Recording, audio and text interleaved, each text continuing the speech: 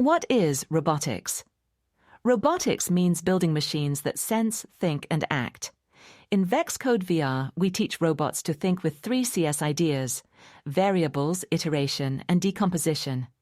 Use a variable to store changing values, like speed, target heading, or steps. Example, set speed, like schakelt 50, then update it if the distance sensor gets small. Use iteration, loops, to repeat actions and react to sensors. While distance, use 150 or drive forward. Or repeat a pattern, repeat 4, drive 200 mm, turn right 90 degree downwards to make a square. Use decomposition to break a mission into small functions.